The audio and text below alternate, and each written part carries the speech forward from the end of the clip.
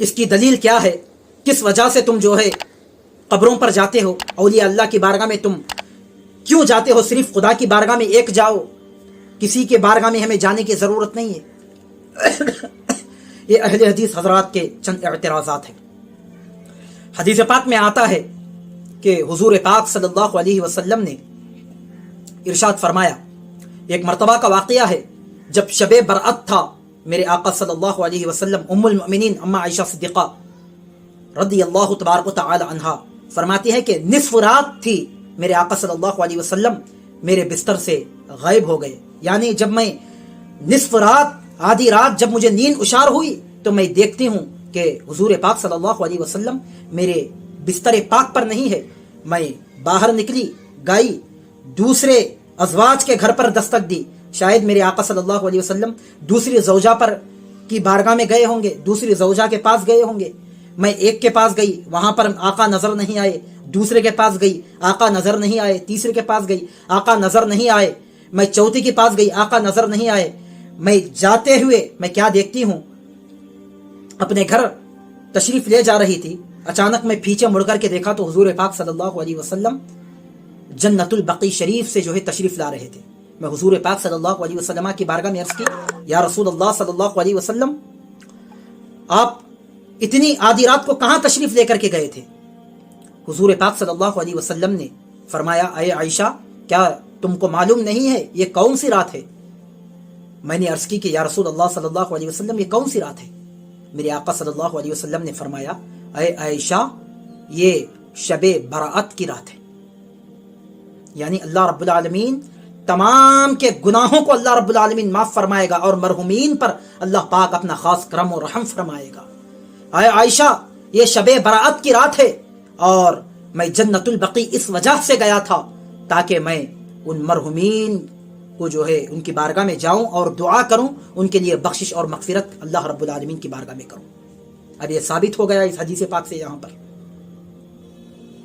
اب اہل حدیث حضرات اسی لیے کہتے ہیں کہ حدیث کو تو یہ پڑھتے ہیں لیکن سمجھتے نہیں ہیں اہل حدیث حضرات۔ اسی لیے میں کہتا ہوں، اے اہل حدیث حضرات، آپ حدیث کو صحیح پڑھیے، سمجھیے، راوی کو دیکھیے، روایت کرنے والا کون ہے، یہ روایت کہاں سے جا کر کے مل رہی ہے، اس کی سند کہاں سے آ رہی ہے، سند پیش کرنے والا کون ہے، اس کی سند کو دیکھیے۔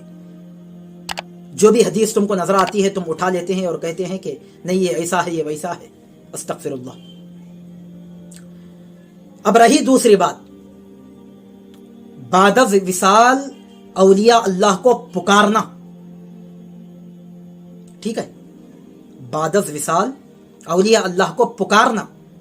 اللہ رب العالمین نے قرآن مجید میں فرمایا، الا ان اولیاء اللہ لا خوف علیہم ولا هم يحزنون، یہ میرے اولیاء ہے، نہ تو ان کو، پہلے الا کہہ کر کے اللہ رب العالمین نے خبردار فرما دیا، الا خبردار، یہ میرے اولیاء ہے، یہ میرے بزرگان دین ہے، نہ تو ان کے اندر نہ تو کوئی دنیا کا ڈر ہے، نہ تو ان کو آخرت کا کوئی خوف ہے، لا خوف، کوئی ان کو خوف ہی نہیں ہے، نہ تو دنیا کا خوف ہے، نہ تو آخرت کا خوف ہے، کوئی چیز کا خوف ہی نہیں ہے۔ اہل حدیث حضرات جتنا بھی ان کے بارے میں برا بھلا کہے، ان کو بھونکے، ان کو گالی دے، استغفر اللہ، ان کو جو بولنا ہے بولے، لیکن حقیقتاً میں وہ اللہ رب العالمین سے اعلان جنگ کی دعوت دے رہے ہیں اولیاء کاملین پر حملہ کر کر کے، اولیاء اللہ پر حملہ کر کر کے وہ اللہ رب العالمین کو جنگ کی دعوت دے رہے ہیں، کیونکہ حدیث پاک میں آتا ہے، من عادى لي وليا فقد آذنت بالحرب، جو میرے کسی ایک ولی سے بغض کرتا ہے میں اس سے اعلان جنگ کرتا ہوں، حدیث پاک میں۔ اب ان کا دوسرا سوال ہے کہ تم بعد از وصال اولیاء کو تم کیوں پکارتے ہو، کس وجہ سے پکارتے ہو؟ تم ان کی بارگاہ میں جاتے ہو، دعا مانگتے ہو، وسیلہ تلاش کرتے ہو، کبھی یہ کرتے ہو کبھی وہ کرتے ہو، یہ تم کس وجہ سے تم کرتے ہو؟ اللہ اکبر کبیرہ۔ اب اس کا جواب میں ایسے ہی نہیں دوں گا، اب اس کا جواب میں آپ کی بارگاہ میں اس کتاب سے جو ہے میں آپ کی بارگاہ میں جو ہے جواب دینے کی کوشش کروں گا۔ بالکل مختصر سی یہ کتاب ہے، چھوٹی سی کتاب۔ ایسے تو میرے پاس بہت سارے کتابیں ہیں دلائل پیش کرنے کے لیے، بڑے بڑے کتابیں ہیں، لیکن میں چھوٹی کتاب سے جو ہے میں دلیل دوں گا، کیونکہ یہ تو کہتے ہیں بخاری ہے، مسلم ہے، سیاستہ ہے، یہ ہے. میں سمجھتا ہوں شاید اہل حدیث حضرات یہ بڑے بڑے کتابیں پڑھ لیے ہوں گے. اب مجھے بڑے کتابوں کو اٹھانے کی ضرورت نہیں، اب میں چھوٹی کتاب سے جو ہے میں ان کے سامنے دلیل دینے کی کوشش کروں گا. علامہ فخر الدین رازی، ہر کوئی ان کو مانتا ہے، اہل حدیث بھی ان کو مانتے ہیں، دیوبندی بھی ان کو مانتے ہیں، ہر کوئی ان کو مانتا ہے. فرماتے ہیں کہ بعد از وصال اولیاء کاملین کو پکارنا. فرماتے ہیں حضرت علامہ فخر الدین رازی رحمۃ اللہ علیہ فرماتے ہیں فَإِذَا صَارَ نور جلال اللہ سمع له سمع القریب والبعید، جب اللہ تبارک و تعالی کا نور جلال بندہ محبوب بندے کا کان بن جاتا ہے، وہ دور و نزدیک کی آواز سن لیتا ہے. وَإِذَا صَارَ ذَلِكَ النُّورُ بَصَرَ اللَّهُ رَأَى الْقَرِيبَ وَالْبَعِيدَ، اور جب اس کی آنکھیں نور جلال سے منور ہو جاتی ہے تو وہ دور و نزدیک کو دیکھ لیتا ہے. وَإِذَا صَارَ ذَلِكَ النُّورُ يَدَ اللَّهُ قَدْرًا عَلَى تصرف فی الصعب والسہل والبعید والقریب، اور جب یہیں نور بندہ محبوب کے ہاتھوں میں جلوہ گر ہو جاتا ہے تو اسے مشکل و آسان و دور و نزدیک میں تصرف کرنے کی قدرت حاصل ہو جاتی ہے. یہ اولیاء اللہ کی شان ہے میرے عزیز، میرے دوستوں اور اہل حدیث حضرات. حدیث قدسی ہے یہ. ایک حدیث پاک میں آتا ہے کہ جب میرا ولی دیکھتا ہے تو میں اس کا آنکھ بن جاتا ہوں، وہ چلتا ہے تو میں اس کا پیر بن جاتا ہوں، میں اس کا ہاتھ بن جاتا ہوں، میں اس کی ناک بن جاتا ہوں، میں اس کا کان بن جاتا ہوں. یہ حدیث قدسی آپ نے بھی پڑھا ہوگا، ٹھیک ہے. حدیث پاک میں ہے جب تم میں سے کوئی چیز گم ہو جائے یا تم میں سے کوئی مدد مانگنا چاہے اور وہ ایسی جگہ ہو جہاں کوئی پرسان حال نہ ہو تو اسے چاہیے کہ یوں کہے یا عباد اللہ اغیثونی، یا عباد اللہ اغیثونی، یا عباد اللہ اعینونی.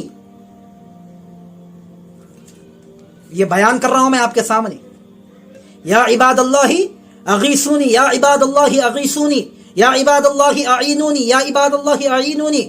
یہ کس وقت کی بات ہے؟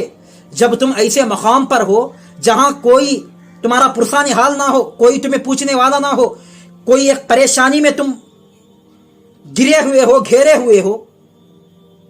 اگر تم کوئی مشکل میں ہو، پکارو.